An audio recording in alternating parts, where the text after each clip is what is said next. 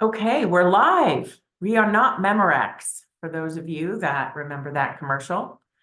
It's wonderful to see everybody today. Thank you for attending our webinar. We're really excited. Dan and I are very excited to talk to you today from a bit from the banking perspective on how to train your in-house team on how to manage your risk in-house. So a little bit of that and a little bit of what to expect when you're on the ISO side, what you should expect from your banks. So we'll try to balance it on both with the bank side being where we're really giving a lot of information. So I recognize some of the names. So hi to those of you I know out there. It's nice to see you. And to those that I don't recognize, it's nice to meet you. So I'm going to flip over to the next page, and then Dan and I will introduce ourselves. My name is Deana Rich. I've been in the industry for over 35 years now. I am currently co-founder of Infinicept, and I'm GM of our PaySolve, our consulting unit here at Infinicept. Really excited to be able to grow this side of our business, taking my history in risk, fraud, compliance, at running a program at a bank, at cleaning up a program at an ISO, and running a program at an aggregator before we knew what payment facilitator was, and then working with regulators, both here in the United States as well as worldwide. So a lot of experience on the fun side of the world, risk, fraud, compliance. I certainly don't want to take up the majority with the introduction, so I'll stop there. If you want me to talk more about myself, you just ping me on LinkedIn. I'll set up a call. Dan, I'll throw it over to you. Very good. Thank you for that, Deana. So Dan Spalinger, I work directly with Deana, reporting to Deana. Background before coming to Infinicept to work as a consultant was as credit and risk director over aggregators, payment facilitators, ISOs, marketplaces, originally for JPMorgan Chase Payment Tech, and then another 5 years at WorldPay.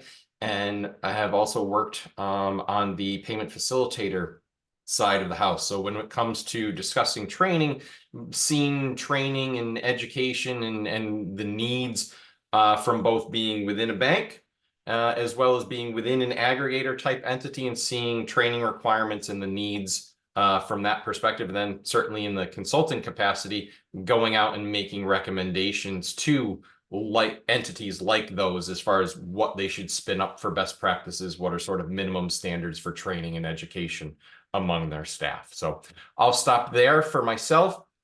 I'll note that I am watching the Q&A and the chat as we go along here. So if you have any questions, if you have any comments, etc., please feel free to leave them, and I will look at them as we go along and try and answer as many as we can. Thank you. Thanks, Dan. That's a great call out. We definitely want to make this interactive so that you can get the answers when you're thinking of the question. While we're happy to wait till the end, I think you as attendees get more value if you ask while you're thinking about it and we're on the slide. So we've done the introductions. We're going to discuss the elements that you should include in your training program, and then we're going to talk about designing a training roadmap. So we won't be building that training for you today. We won't be writing anything for you, but we're going to give you the tools that will help you start that in-house. And of course, Q&A, as noted, will be throughout, but we're happy to do it at the end, should you be more comfortable with that. So the first thing that we're going to talk about, of course, elements to include in training.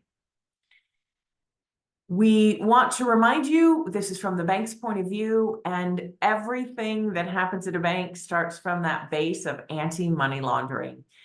Banks have to ensure that our money movement system is safe, and they do that by adhering to many different BSA regulations, Patriot Act. There's a lot of regulations out there, but every solid compliance program starts with that base. And that base has lots of pieces to it. So Deanna, I'm going to ask you, what are some of the other pieces that need to be included from a foundational perspective in a training program? Sure. So as a bank, the concept of adhering to federal banking laws and so on for anti-money laundering is well ingrained in your corporation, right? You wouldn't be a bank, a licensed bank, if you didn't have it. That said, and particularly from the ISO perspective, there are different flavors that can be passed down to third parties or that can be incorporated within your bank operations. When we talk about KYC, KYB procedures or transaction review procedures, there are certain elements that you as the bank are going to want to push down onto your third party ISOs, aggregator entities of one kind or another.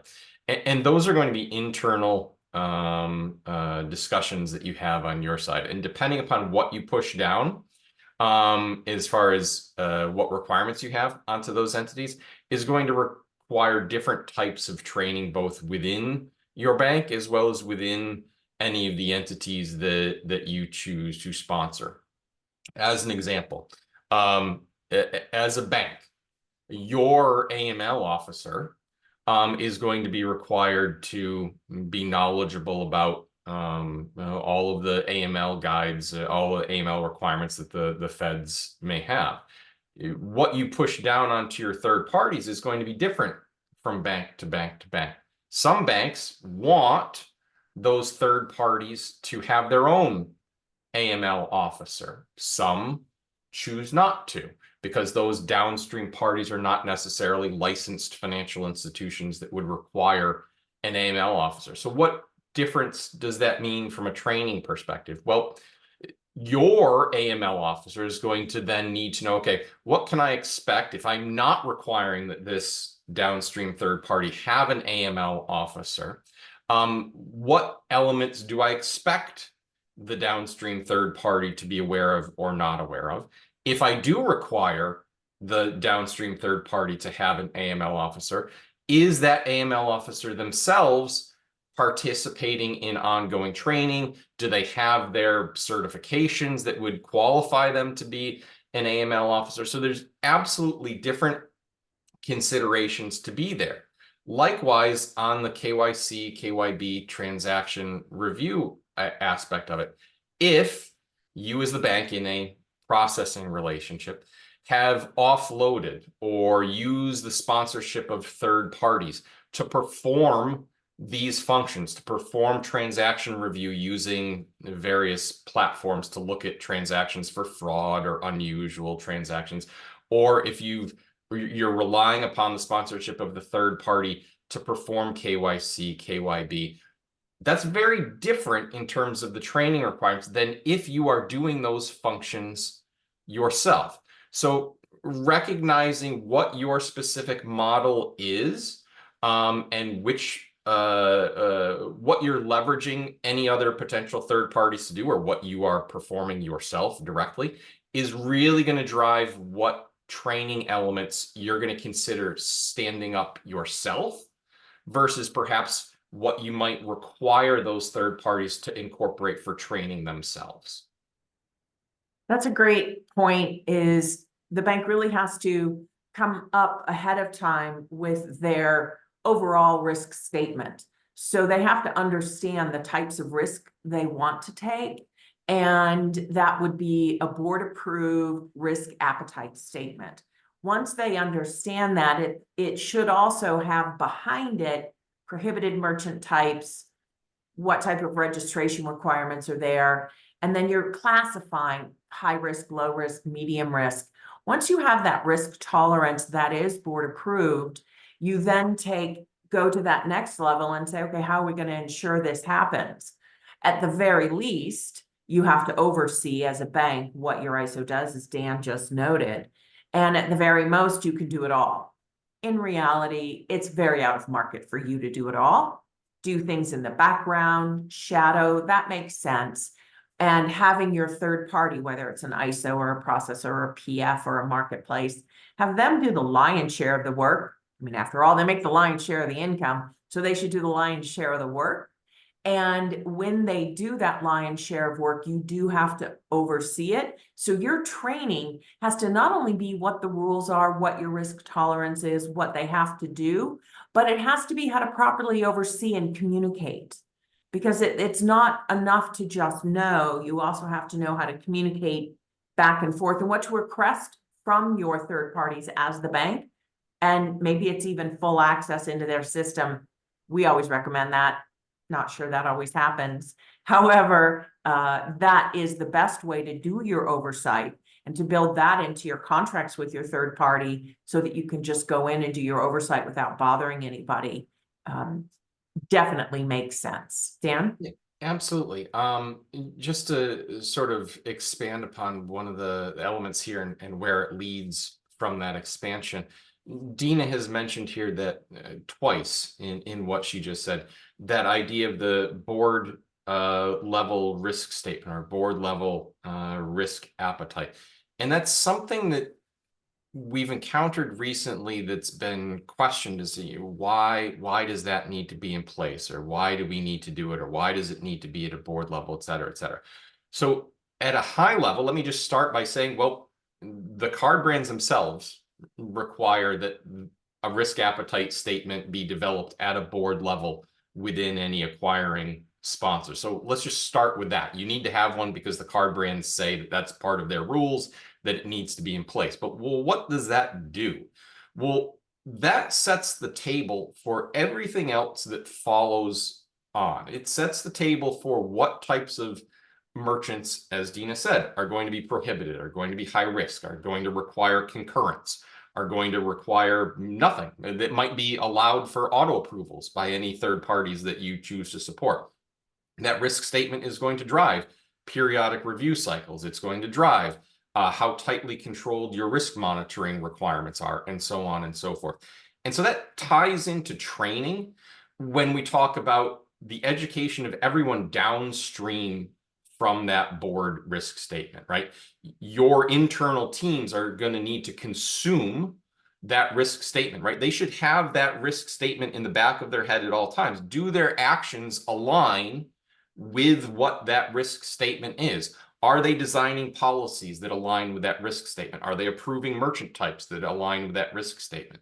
Are they controlling or requiring reserves, or are they terminating merchants in an alignment with that risk statement? And it really ties to training, because this is going to change over time. Your board, your organization might change its risk appetite from time to time. They might see a new a line of business that they want to enter, or they might see a line of business that they want to exit. That requires training and education, both internally at your bank as well as externally to any of your third parties, which kind of gets into a communication thing. If you don't have solid communications and channels for education or information between yourself and any downstream third parties, they can't effectively consume what your changes are and implement those new items or new appetites into their training program to educate their risk analysts or their underwriting analysts and so on. So yeah, at the end of the day, it's not just that the card brands want a risk appetite statement to be approved and understood by a board. It's how that risk statement drives every other action, including training, underneath all of your organizations. You know, Dan, that's a great point. You've mentioned a couple of times card brand compliance requirements. And as a bank who is an acquirer sponsor of entities, you do have to know, what do Visa and MasterCard, American Express and Discover as well. Although not sure what's going to happen with Discover and the Cap One thing, but that's a different webinar. So you definitely do need to understand what the card brands require of you. As a bank, you of course have many regulatory bodies. We were just speaking, I was on a call yesterday with a bank, Dan and I were, and he was explaining that they're perpetually audited. And it's true, you have so many different entities that come in and audit you as a bank that you have to be perpetually training and understanding training your staff to understand what's required so that when you have those audits, you're responding positively and you don't get a ton of findings. And of course, you're required by the card brands to audit your third parties, to oversee your third parties. So you will need to train those third parties on the card brand requirements. You need to make sure they get regular updates. So that type of training isn't a one and done. It isn't annual. Visa sends out VBNs all the time. MasterCard has their notifications as well. When those affect your third parties, you need to make sure your staff understand those changes. So that would be an ongoing type of training that you would need to do, as well as pushing that down, because as you know, or maybe you don't, but the ISOs and payment facilitators seldom have access to those documents. So it's up to you as a bank to make sure the pertinent items from those documents, the training from that makes it to your employees and to your TPAs. Yeah, and your downstream entities can't reasonably be expected to manage their program in compliance with card brand rules if they are not getting communication, getting training from you and outside parties. Example, the recent changes from one of the card brands in relation to fraud and chargeback or dispute rates and so on. Those rules that have been introduced recently have gone through, I don't know, 3, 4 different machinations over the past 6 months. So those newsletters and updates as to how the program is actually going to be affected, when it goes into effect, what sort of observation periods are used versus when entities can begin being fined, that's been a constant iteration or development over the past 6 months. Without ongoing training, without ongoing education, that begins with consuming or being aware of the network's pronouncements, and then turns into, as Dean is pointing out, communications downstream to all of your partners, everyone's left in limbo. As a real world example, an individual that I work with, internal on our teams, and I were just on the line with another bank, West Coast Bank, recently. And they are entirely oblivious to what the changes in the card brand rules were, what pronouncements were coming from the card networks. Why? They weren't doing any training internally. They weren't even consuming the messages that were coming from the card networks. Why? Because they were relying on the third parties, their ISOs, their PFs, to do all of that legwork themselves and sort of self-educate. And yet, as Deana noted, those entities don't have direct access to those newsletters and what have you from the network. So what does that end up being? Well, it's your downstream third parties trying to go out and Google search for information, or relying upon webinars that might come a month or 2 months after the rules have already been released. So the banks and the third parties must play a role together in making sure that everyone is on the same page, everyone is trained under the same information expectations. Otherwise, you as the bank, if you're not trained, if you're not educated on what these things are, you can't hope to oversee, which is your role, the performance of those items downstream at any of these third parties. And of course, if you're a third party, you can't execute operationally based on those rules if you're not getting the information and you're not being told by your bank about them, or what the bank's expectations are that are being moved downstream. I do see one item in the chat. I see a question from Will B. Are there resources available that consolidate card network updates? Our acquirer doesn't consistently pass on these communications. Exactly what I'm speaking about here, right? So first and foremost, you should be going back to your acquirer and asking for them to provide those communications to you on a timely basis. That would be a minimum expectation that I would have if I was operating an ISO, if I was operating a payment facility. I would expect my acquirer to be providing me that information, because I can't run my business if I don't know the rule book by which I'm supposed to play.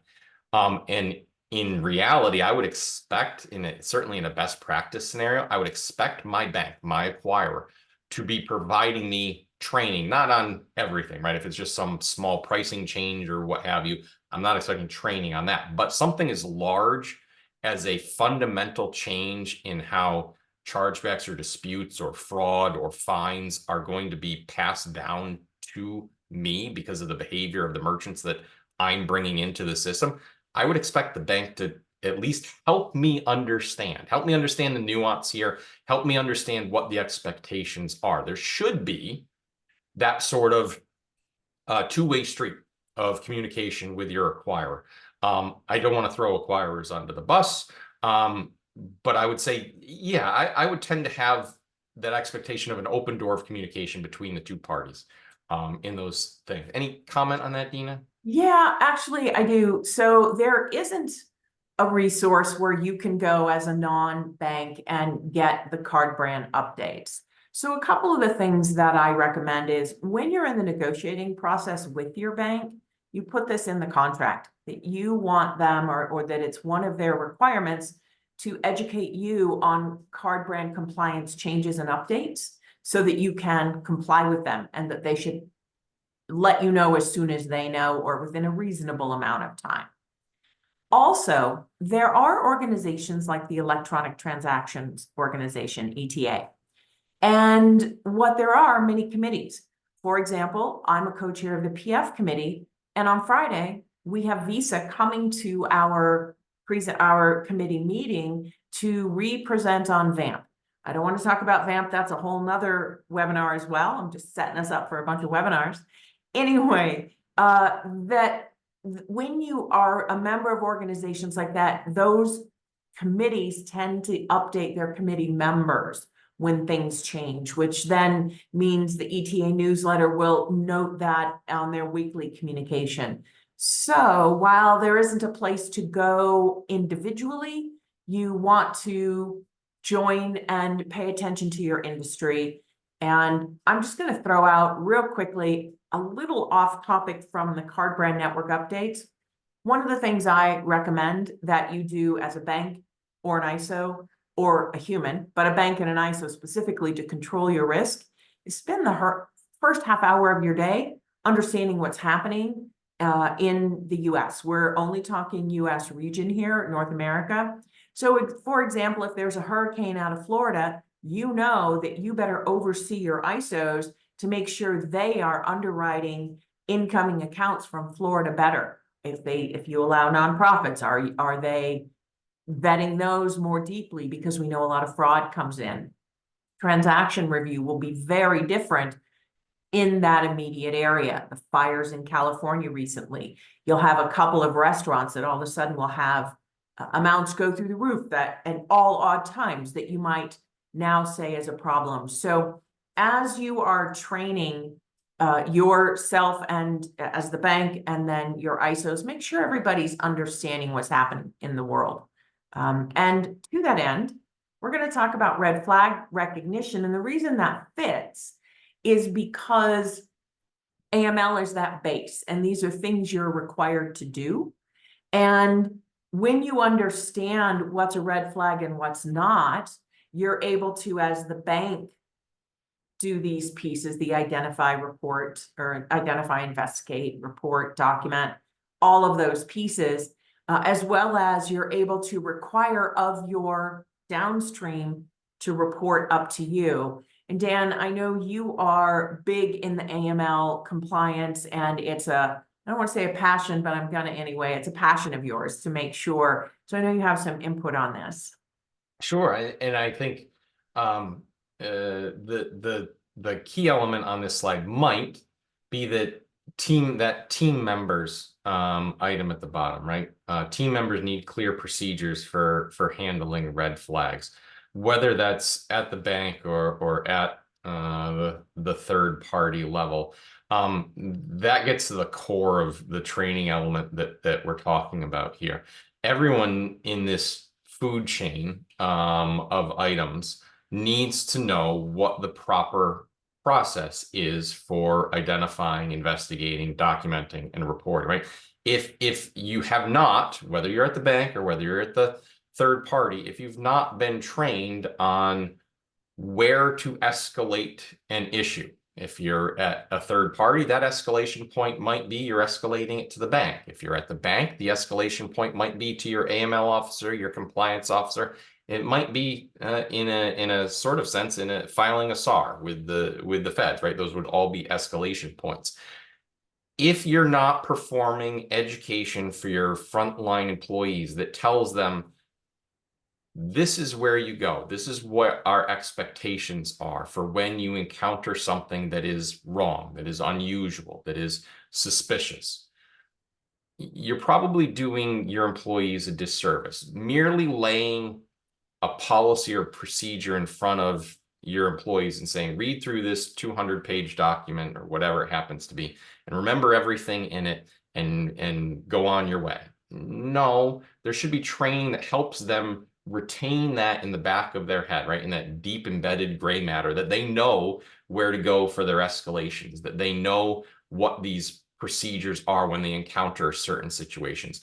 Without that repeating training that really brings it into the sort of muscle memory of everyday operations for your line employees, they're not going to respond in the way that you want them to when they encounter these things. They're not going to document it in the correct fashion. They're not going to use the correct form. They're not going to, and conversely, they're also not going to know when they're allowed to make a decision on their own and when they're not, which might be almost as important as knowing what the appropriate escalation point is, because you're wasting time and you're being ineffective if you have a line employee who doesn't know what to do, and because they don't know what to do, they're bringing their problems to everywhere else. So it's almost as important that employees know what they can do themselves as it is that they know when they need to escalate it to somebody else. So you can classify this as training and education, and it's less on this one perhaps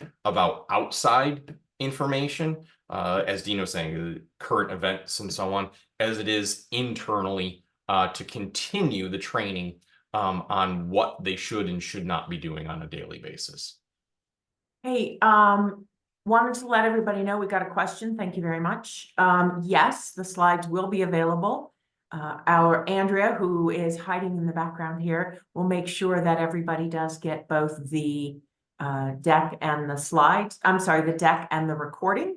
So I also want to remind you that this is a high level. It's not meant to be all inclusive. So if you like those fun resorts. So if you get this and you feel that there's gaps, what you really should do is reach out to us so we can talk to you more in depth one-on-one about that, which we're happy to do. So we've spoken about some elements that should be included in your training, right? So what we now want to do is talk about how to design that, or what are things. We've got the pieces, the AML, the KYC, transaction review, oversight, education, communication. How do you go about designing that? So we're going to talk about that, and you can't have any good designing without some good chevrons. So here we have our chevron slide. And for this training program, you also need to include testing, because without testing, you can't understand your gaps. And I don't just mean the testing on the training itself, but overall knowledge of your team. It might be that you think your team understands card brand regulations. Maybe you send them to ETA to get a CPP and they can't pass that test. Well, then you've got a large gap. Or maybe you have very specific things. You look at your risk statement, right, that the board has approved, and you test on what that means. If you have a very limited risk appetite, and then you talk about online pharmacies, if your team doesn't understand that that would be outside of your risk tolerance, then you have a gap. and you then need to do some targeted training to fill that gap. So this, while it is chevrons, it could also be a circle, right? Because you will always have to test, find your gaps, train, test, find your gaps, train. We're going to get to some timings of that at the end, because I think that's a really important piece. But the only way to know what to train on, first of all, is to understand. You have to have somebody who understands the acquiring ecosystem, whether that's in-house or whether you hire a third party outside and say, hey, help us understand what we're supposed to know, because we don't know what we don't know. And you go to those trusted third parties, and I think there might be a couple of trusted third parties out there in the audience who can help with that, where you can really help the banks understand, and also help the banks understand what their third parties know and don't know. So it's an important cycle.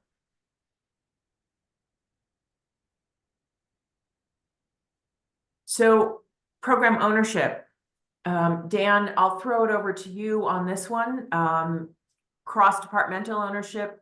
We've talked about the validation through testing, but you really need to have somebody on top of that, right? That really owns it for the bank. Sure, and that would typically be somebody who might be designated as a compliance officer. It could be somebody within HR who helps with the compliance officer in rolling out training or designing training programs. But yes, you do want a person who owns the overall responsibility for executing on the overall training program. Really becomes important within the organizations that we're talking to here. When you're expanding from, say, a smaller team to larger teams, I was going to piggyback on the last slide in terms of why you sometimes see problems in needs for extensive training. Well, most of our banks, most of our third parties don't start out as a very big, broad organization with scores of people that have been at this processor, at that processor, 50 years in this processor and 40 years at a card brand and 30 years at a bank, right? That's not normally how we get to where we are. Normally we get to where we are is we're starting out as a much smaller organization, very cross-functional, right? We're talking about frontline employees. An underwriting analyst might also be a risk analyst, might also be a settlement individual. And so as your organization gets bigger and they take on more siloed roles, making sure that the knowledge that those individuals have is expressed across any new individuals, and that the people you bring in to your organization have certain skills. It all requires assessment, testing, and so on. The testing also can be important in noting where you have gaps in your education. When we talk about QA, QC processes, right? We're not just talking, as Dean said, we're not just talking about testing of the training itself. You go through your webinar and you get to the end and you fill out your checklist, or you do your, true or false statements at the end. That's not all of the testing we're talking about. If you are properly using a QA, QC process, testing whether or not, sanctions was performed, or KYC elements were obtained, or what transactions were identified as being suspicious, and you're subjecting those functions to QA and QC, and you're recording them, right? And go back a couple slides, we talk about documentation. If you're documenting red flags and you're documenting responses to red flags and what you're doing with them, what the resolution is, if you're doing that, then you're going to identify gaps in knowledge. Well, maybe a certain KYC element continues to be missed over and over again, or maybe a MCC code keeps getting misassigned over and over and over again. That sort of documentation and information, as a result of this testing, then leads into driving where your education is going to be. So somebody who owns, right, that ownership, cross-departmental ownership, who has the ability to sort of look at what those testing results are, look at what the hot button issues are that keep coming up over and over again, can be the individual who then tailors and designs a specific training program to address the issues that are reoccurring that you're discovering through the testing. When we get to consequences of non-compliance, yeah, the normal things, right? Banks are well familiar with what fines you're going to get for not doing the right thing. Reputational damage, probably not right forefront of mind, however, right? But if your training is such that you're allowing, maybe you're either you as the bank or the downstream ISO or what have you, isn't aware, doesn't understand what the parameters are around what's a high risk merchant, what's a prohibited merchant, et cetera. And you're allowing unwanted merchants to come into your system or your sponsorship. Yeah, that could put you in the news. It could damage your reputation, something that you want to avoid. So without that training, without being aware of what's acceptable and what's not acceptable, what's an acceptable chargeback rate, what's an acceptable fraud rate, if you're not pushing that knowledge down, you're going to run the risk of unwanted or unanticipated reputational damage. Yeah, I'll just stop there. Yeah, that small bubble at the bottom, light gray, it looks so simple and it's so consequential. It really is a big deal for you to understand. It can be millions of dollars in fines. And yes, Dan, you're jumping No, out. just the last part, right? The lost business. I wanted to just harp on that for a moment because it came to me as I'm sitting here. Like, if your team, as the bank, as an ISO, are not educated on the rules, are not training your teams, sales teams, principals, board level, everyone on what rules and such come out, then you might be missing opportunities for additional revenue. Example, we talk about, one of the hot button issues in the industry, surcharge. You might just webinar. Yeah, you might just think, well, I don't understand it. I'm not educated on it. It's too complicated. All of our merchants are doing it the wrong way and they're running the risk of fines. So we're just not going to touch it, right? It's simpler just not to deal with it. Whereas if you are willing to understand what the rules are and willing to train everyone from the sales team all the way down to your underwriters and risk analysts or on-site shoppers, right? Whatever it happens to be, if you don't perpetuate that education on what the items are and say, oh, well, if I educate everyone and I understand how to do it correctly, that opens up a new channel of revenue for me as an organization. If I can show my bank that I understand this, I know how to manage it, I can do it, and all of my team knows how to do it, I might be able to gain acceptance for opening up a surcharging program from my acquiring entity. Whereas if I don't have that knowledge and my team isn't trained on it, chances are my bank's going to be like, yeah, you're not equipped to do this, so we're not going to approve you to do it.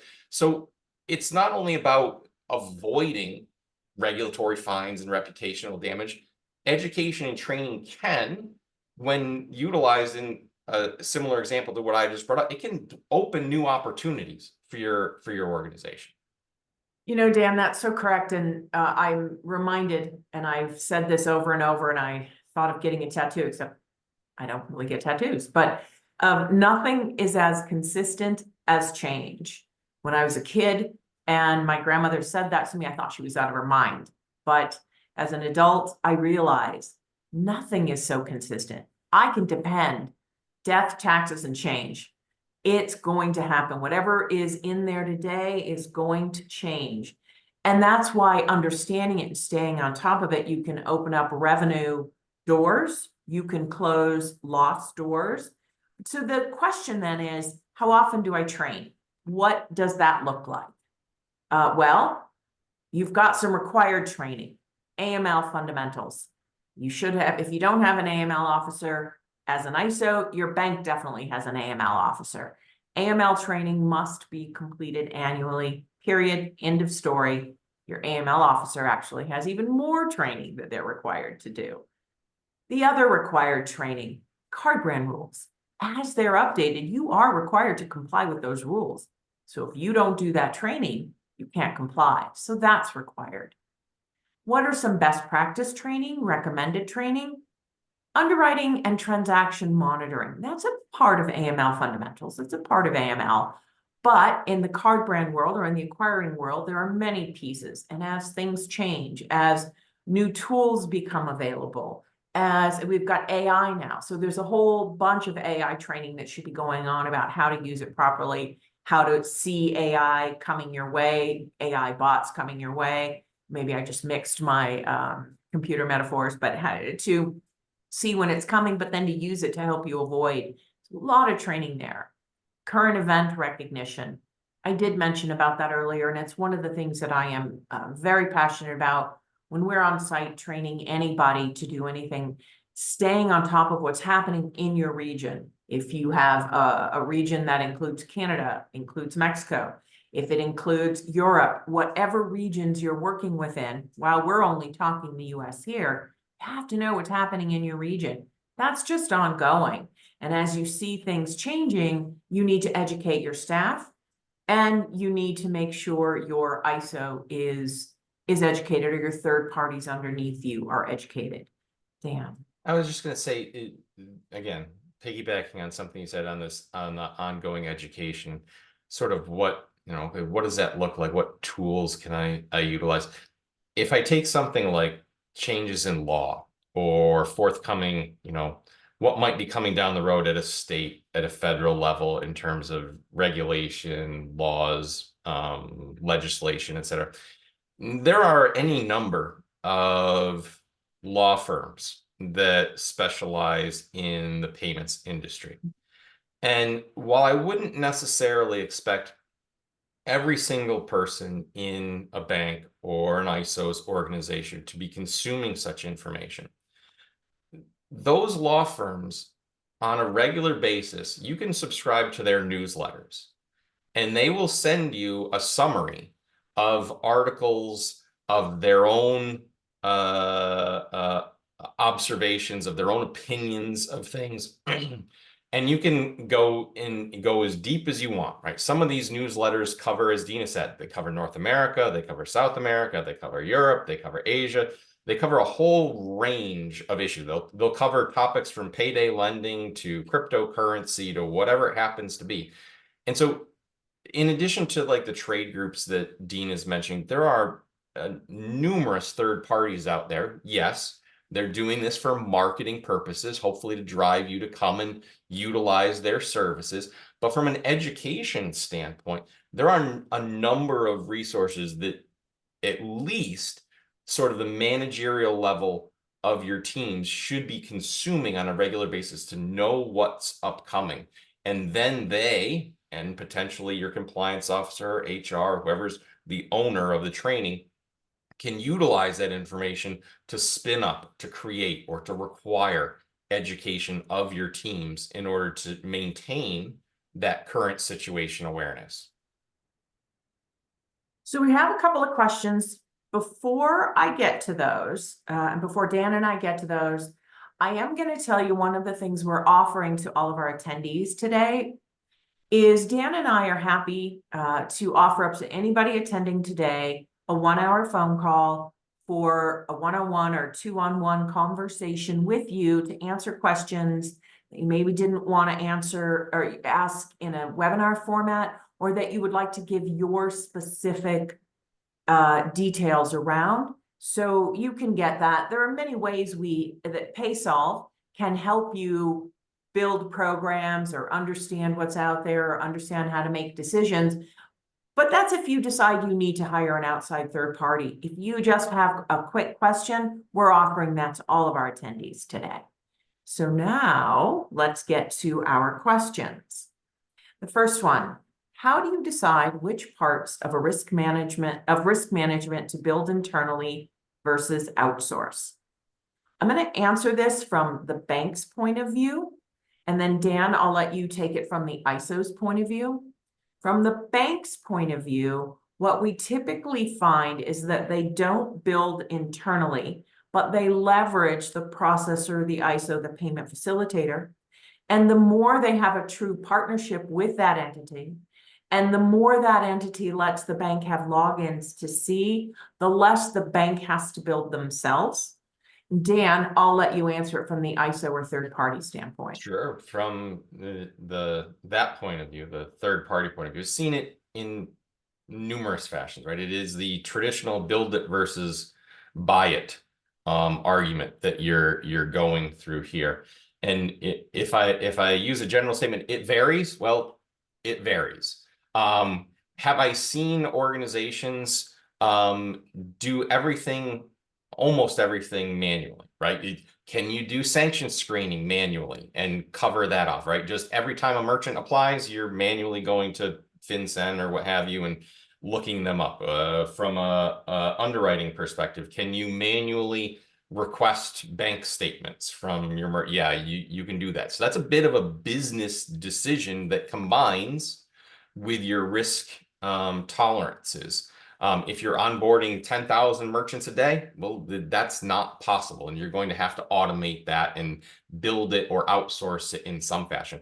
If you're only onboarding enormous government entities, like that's your merchant type, well, then, yeah, you can probably get by with doing a lot of those things in a manual fashion. So it's going to depend upon your business model. It's going to depend on the scale at which you're required to do things. But at the end of the day, there's not a requirement to do it one way or the other. The end result is the same, right? You have to do sanctions checks. You have to validate that the entity is where it says it is. I'm just using two examples here. How you get to that validation is part of your decision-making process. For the next question, I'm going to go back to a slide here. How often should we refresh our risk training curriculum, and how do we keep teams engaged over time? The first one's easier. You certainly need to change it or refresh it minimum, which is we've got here annual for the AML, quarterly for underwriting, transaction monitoring. Current event has to just be ongoing. Card brand rules as updated. Now, how do you keep teams engaged? That is more on the creative way that you choose to train. Certainly, days-long training sessions, nobody stays engaged. Half-hour to hour training sessions, it's easier. The more you use event-based, example-based training, the more it's easy to, the more people will stay engaged. So you might have a half-hour training to talk about how to oversee auto underwritten account how to auto underwritten accounts. I'm stopping. I hope you guys know what I'm saying. And you do a quick half hour with examples of things that worked and things that didn't work. So that's how you keep people engaged, is different examples over time. I think that's a good one. Yeah, I'd say, changing it up, being different, right? As somebody who's functioned as an AML officer, the last thing I want to do is roll out the same AML training time after time after time, because, well, one, everyone's going to know the answer. Everyone's going to know the content. I want to utilize different perspectives, different questions, different targeted areas of education in each, say, cycle that we're doing it, so that it stays fresh, it stays relevant to the parties that I'm rolling it out to. So the next question, how do you distinguish between an acceptable level of risk and a true red flag? These are a little bit of different issues here, but the acceptable level of risk goes all the way back to that board-approved risk tolerance statement. So you know what's acceptable. Now, how do you know a true red flag from a not true red flag? That's understanding your portfolio, understanding how you've underwritten things. The red flags for one merchant will be different than another. So let's just say a $10,000 transaction might be a red flag for a coffee house, but isn't a red flag for a construction general contractor. So the red flags will have to do with the merchants. And I'll grab the last question here. Are there best practices for documenting compliance readiness in case of an audit or inquiry? And I think I'll tackle this question more from the perspective of training and education than anything else, because as an auditor, if I'm coming in to audit an ISO or review a bank's acquiring program, what do I want to see? Well, it's documented, time-stamped, evidentiary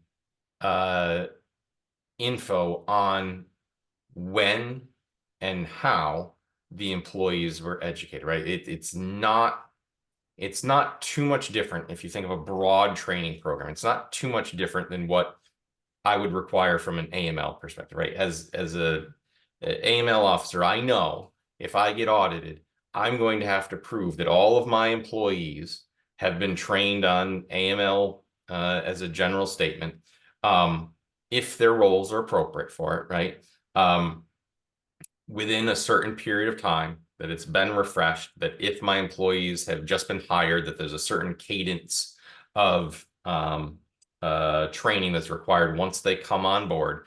So I know that I need to have that both in policy written, that this is what I'm going to roll out, this is the cadence, this is who it's going to be subject to.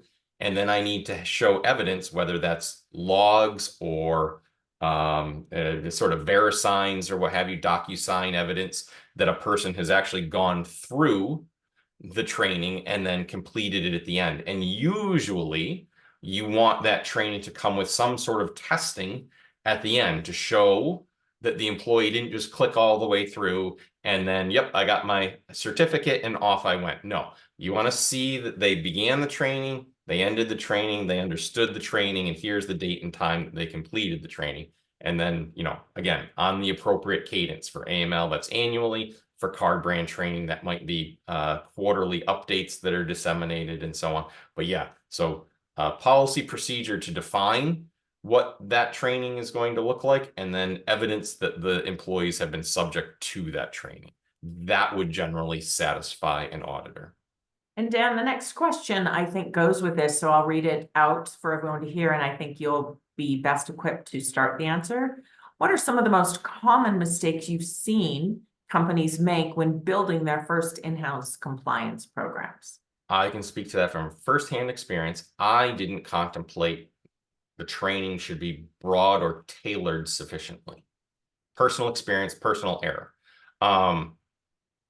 I contemplated an AML training program that was closer to a one-size-fits-all program. Right? Everyone who it was relevant to was subject to the same exact training. What I didn't contemplate was that, well, I, as an AML officer, should be subject to a different style of training than other individuals. A credit individual might be subject to different AML training than a risk individual, and so on and so forth. So I think that is a common mistake, not tailoring the training to the specific task or individual that is receiving the training, leaving it too general in nature and not targeting the actual function that's being looked at. And I'll add on to a common mistake that I see. While if somebody comes in to audit you and you've taken these steps that Dan has said, document policies, document the training, show they've passed, you can prove all of that. So you're going to pass your compliance audit. But if you're not going deep enough, or you're not truly caring and you're treating this as a checkbox exercise, what will happen is your teams who are doing oversight will not catch things they should have caught because they didn't understand it was even something to think about.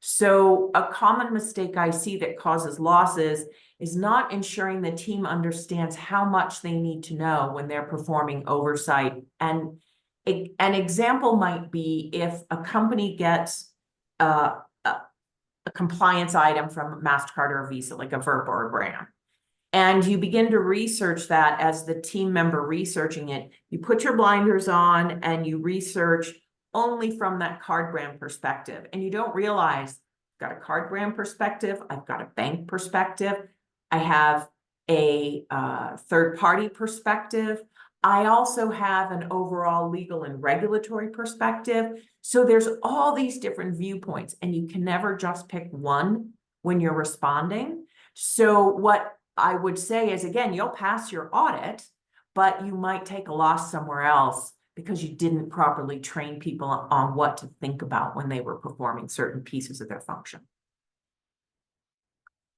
Last, or not last, oh, we have 5 minutes. So the question we have now, should we train only for today's rules or build in flexibility to handle future regulatory shifts? Yes, you should always be able to build in flexibility on future regulatory if you can shifts. build training that incorporates regulatory decisions that have yet to be made, you're better than I am. I mean, I'll tell you that. So yeah, the training is, I think, to Deana and I's point, can't be one size fits all, can't be so rigid that you're just rolling the same thing out over and over again. That comes back to that ownership. The ownership of the training programs is going to need to be aware that these things can't be just regurgitated over and over again.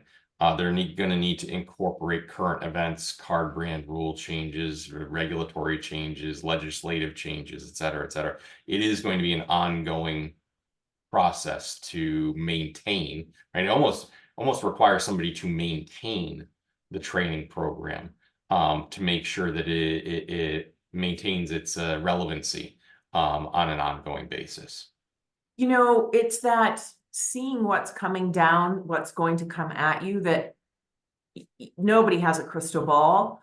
However, if anybody has been following the Illinois interchange law, where they're saying, hey, we're not going to charge, we are going to prohibit interchange to be charged on taxes and tip, and I think there's a couple other things in there. So while you don't know when that's going to exactly hit, you do need to be ready and ensure that your teams are understanding it so you can start to talk about it internally. You also can have regular cadence of meetings. What's happening in the states? What's happening at the Fed level? What do we see coming down from the card brands? What are you hearing on the street from others? Those types of training, which then become a little less formal. So you're not doing the testing and the gap analysis, but they do have to do with current events that are very important. I think not only have we hit the top of the hour, but we have no more questions. I want to thank everybody for coming today. Don't forget my offer. Dan and I are here for a one-off phone call to answer your specific questions. Our contact information is there. You can also find us on LinkedIn or in many other ways. So thank you all very much for attending, and I look forward to seeing you at the next trade show. Thanks, guys.